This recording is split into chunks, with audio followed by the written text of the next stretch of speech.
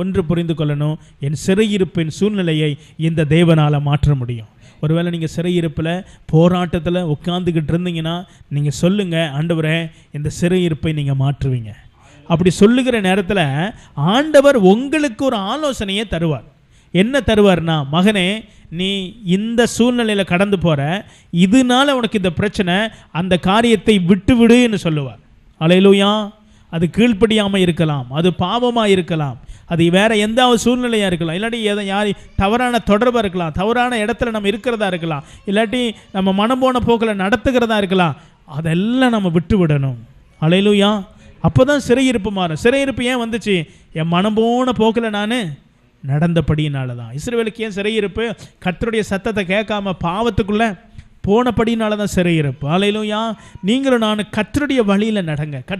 கர்த்தர் நிச்சயமாய் சிறையிருப்பை மாற்ற முடியும். அல்லேலூயா. அவர் ஒரு நாளும் நம்மளை வெறுமையாய் விடுகிறதில்ல, இல்லை சிறையிலேயே நம்ம வச்சுக்கிறதில்ல. யோசேப்பை சிறையில் போட்டாங்க, ஆனால் யோசேப்பு சிறையிலேயே கர்த்தர் என்ன செய்யலை? வைக்கலை.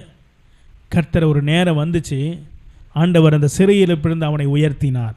அல்லேலூயா. பிசாசு சிறையிருப்புக்குள்ளே நம்ம வைக்கலாம், ஆனால் சிறையிருப்புலேருந்து வெளியே கொண்டு வரும் பொழுது கர்த்தர் ஒரு உயர்வை கட்டளையிடுகிறார். அல்லேலூயா. நம்முடைய வாழ்க்கையில் ஒரு உயர்வை என்ன செய்கிறாரு? கட்டளையிடுகிறார். பாருங்கள், தானியேலை எதில் போட்டாங்க?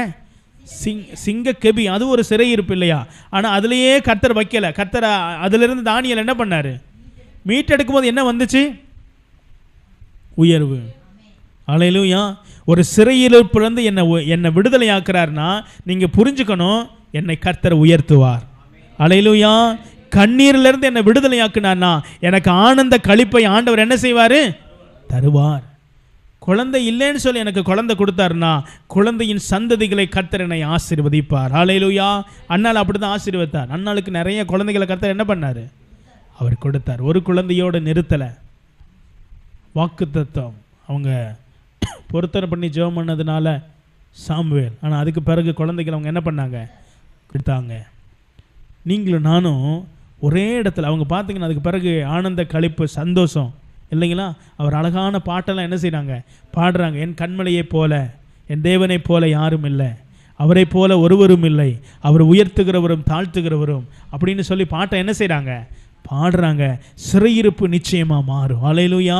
சிறையிருப்பை மாற்ற முடியாதான், அவர் சிலுவைக்கு அவர் கடந்து வந்தார். அப்போ இந்த இடத்துல வசனம் சொல்லுது, கர்த்தர் தம்முடைய ஜனத்தின் சிறையிருப்பை திருப்புகிற நேரத்தில் யாக்கோபுக்கு களிப்பும் இஸ்ரவேலுக்கு மகிழ்ச்சியும் தேவன் தருவார். நீங்கள் தான் யாக்கோபு, நீங்கள் தான் இஸ்ரவேல்.